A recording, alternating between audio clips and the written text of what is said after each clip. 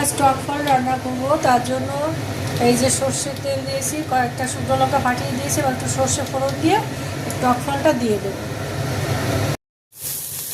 সর্ষে আর শুকনো লঙ্কা দিয়েছি ফোড়নে। এবার টক ফলটা দিয়ে একটু পরিমাণ মতন লবণ আর একটু হলুদ এইটা দিলাম, দিয়ে একটু নাড়াচাড়া দিয়ে সামান্য একটু জল দিয়ে ঢাকা দিয়ে রাখবো। যখন এটা সিদ্ধ হয়ে যাবে তারপরে মিষ্টি দেবো। এত সুন্দর, মানে এত জলও দিতে হলো না, গলে একদম হয়ে গেছে, ক্ষীর হয়ে গেছে। এবার পরিমাণ মতন একটু মিষ্টি দেবো, দিয়ে একটু নাড়াচাড়া করে নামিয়ে দেবো।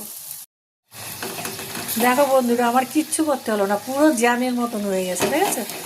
খেতে দারুণ টেস্ট, একবার বানিয়ে খেয়ে দেখবে। পুরো দেখো জ্যাম জেলি যেমন হয় ঠিক সেরকম।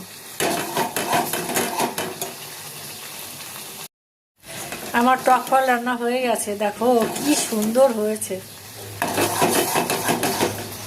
এবার নামিয়ে দেবো।